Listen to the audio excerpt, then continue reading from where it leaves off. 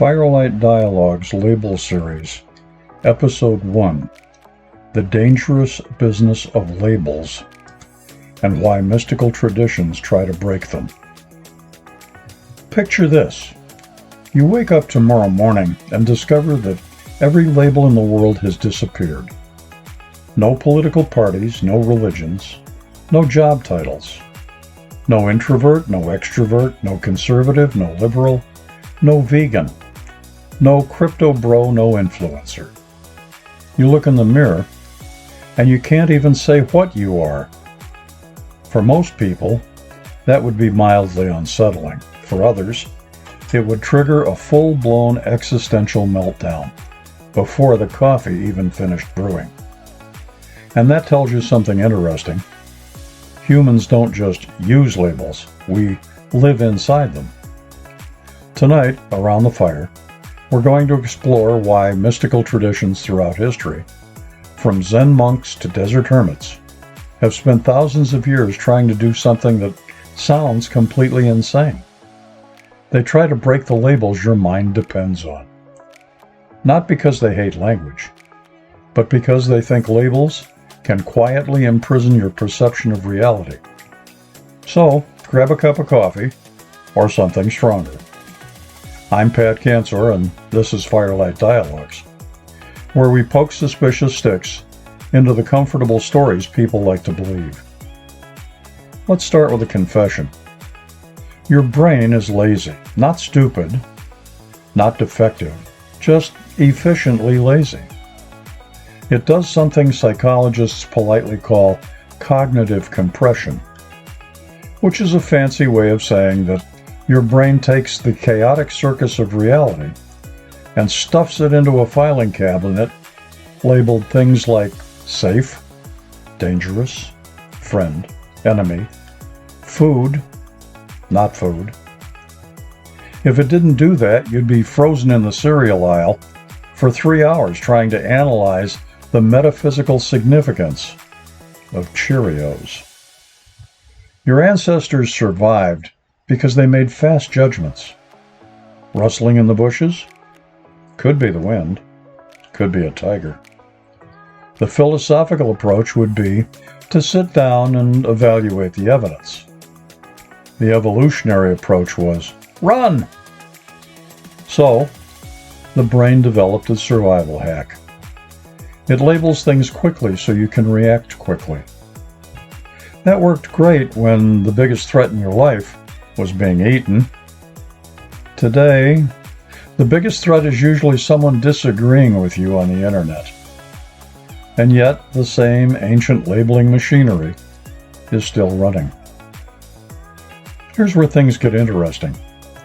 Labels start as tools, but humans have a habit of turning tools into identities. You don't just vote, you become a voter type. You don't just have spiritual interests, you become a spiritual identity. You don't just like a certain philosophy, you become a philosophical tribe.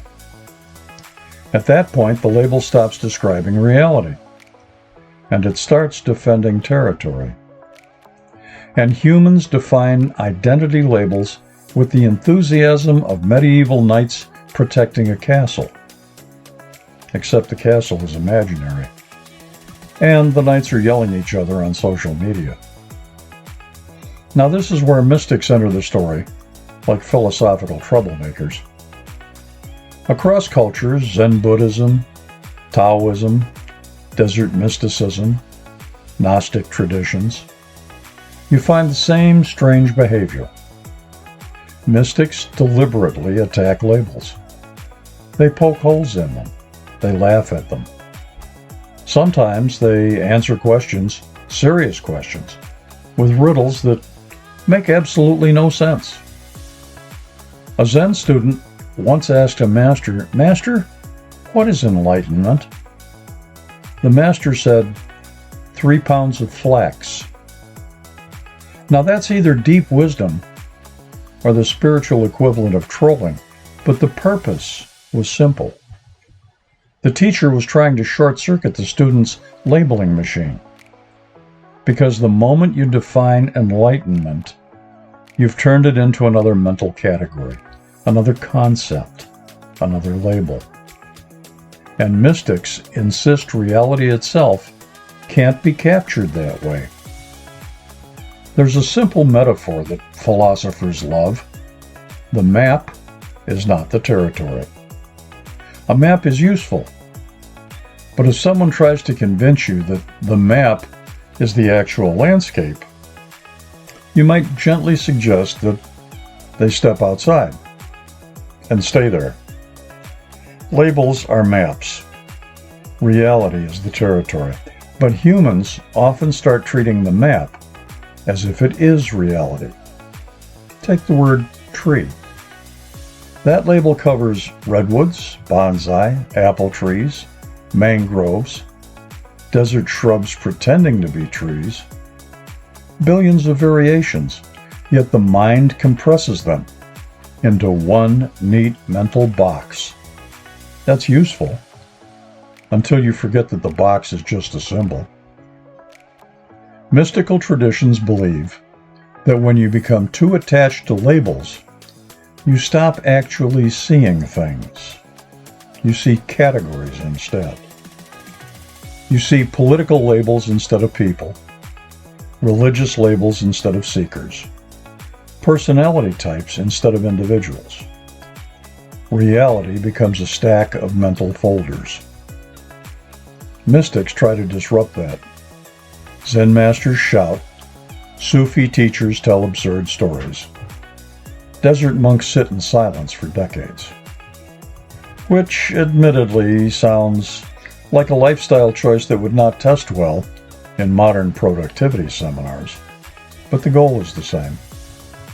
Break the automatic labeling habit long enough to experience reality directly, before the mind organizes it, before the categories kick in. You might think that this is just philosophical navel-gazing, but look at modern culture. Labels are multiplying faster than rabbits with a caffeine addiction. Political labels, cultural labels, identity labels, generational labels, lifestyle labels. You can barely introduce yourself anymore without accidentally joining a tribe. And once the tribe forms, the us versus them machinery activates, which we'll talk about in the next episode. Because that little piece of brain wiring has caused more human conflict than almost anything else in history. And the scary part? Most people don't even realize it's happening. So here's a small experiment for you. Tomorrow, when you encounter someone, notice the label your mind automatically attaches. The political label, the cultural label, the age label, the personality label. Then ask yourself a dangerous question. What if that label is only a tiny fraction of who this person actually is? That moment of curiosity is where wisdom traditions say real understanding begins. And that seems like a good place to let the fire burn down for tonight. If you enjoyed this episode of Firelight Dialogues, do me a favor. Subscribe to the podcast. Share it with a friend, preferably one who enjoys asking dangerous questions and occasionally upsetting the philosophical furniture. And if you have questions, comments, or topics you'd like to see explored around the fire, you can reach me directly at info@patsanswers.com. That's info@patsanswers.com. I actually do read them. Sometimes they even inspire future episodes. So, until next time, stay curious, stay skeptical, and remember, the label is never the thing itself.